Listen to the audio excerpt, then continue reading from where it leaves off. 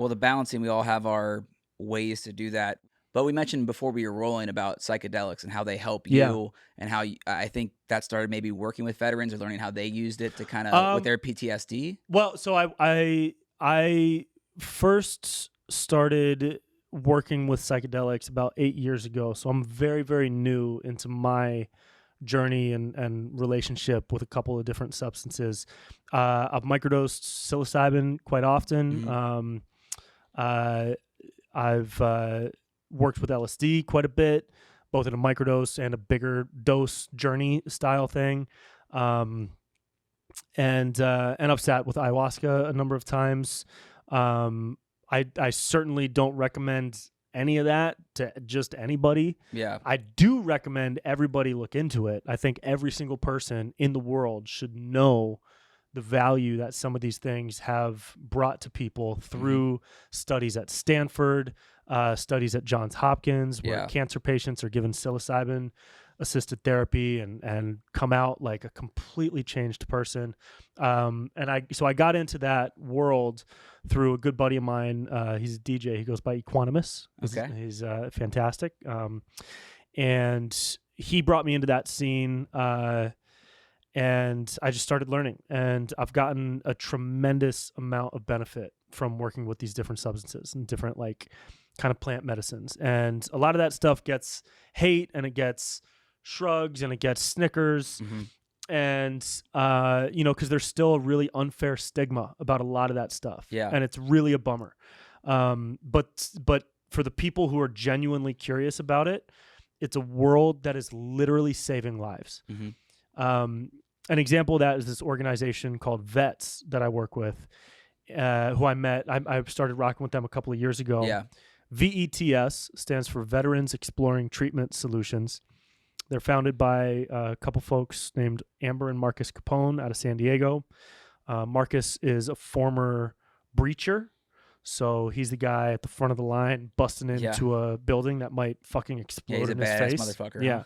So he had a couple of traumatic brain injuries and had a pretty dark period of time with his wife and his kids, and suicidal, depressed. Mhm. They had friends that had killed themselves who were former service members. So they started this organization that raises money to send veterans with PTSD overseas for psychedelic assisted therapy using ibogaine, 5-MeO-DMT, and ayahuasca. Ibogaine is a root from Africa. Okay. And Andrew Huberman and another doctor whose name I forget, they had a study out of Stanford that followed veterans with PTSD for, I think, up to a year after they had ibogaine sessions. And it's intense as hell. I've never done ibogaine. That's not particularly one that I think is best for me. But for these veterans who have seen some insane stuff, who have not found help anywhere else from the VA or from insurance providers or from doctors, for a lot of people, this is a last resort, man.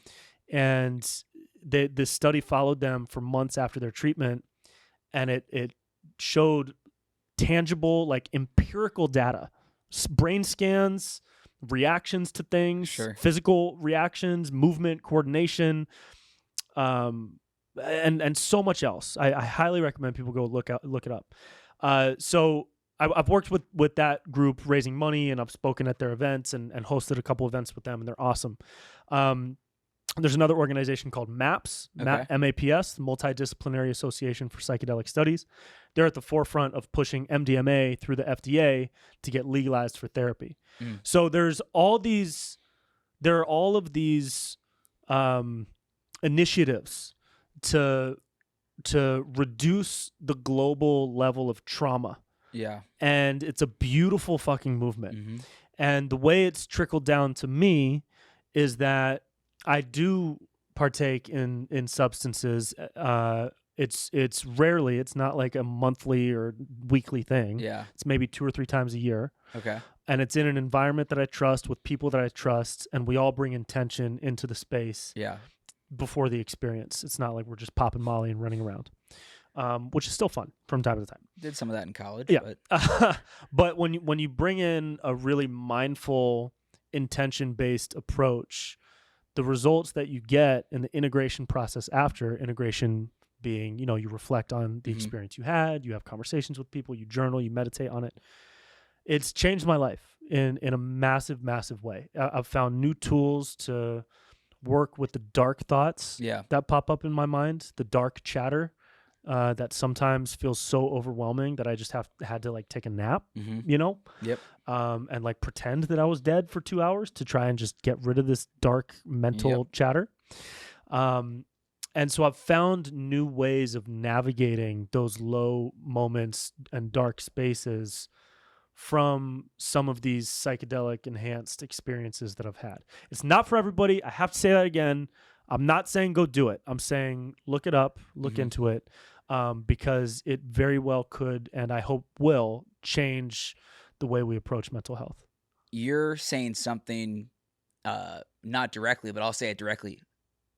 Everyone, it works differently for everyone, no matter what it is. Like therapy and medication might work for me. Therapy and psychedelics might work best for you. Somebody listening to me like, look, they might be sober like me and are like, hey, we know we can't take that. Well, there's other options. There's spiritual therapy. There's different things that holistic therapy. It's just a tool. It's a tool, like breath work is a tool, like meditation is a tool, like therapy is a tool. When I would, abuse a substance, that's not what we're saying with this. It's helpful in those ways.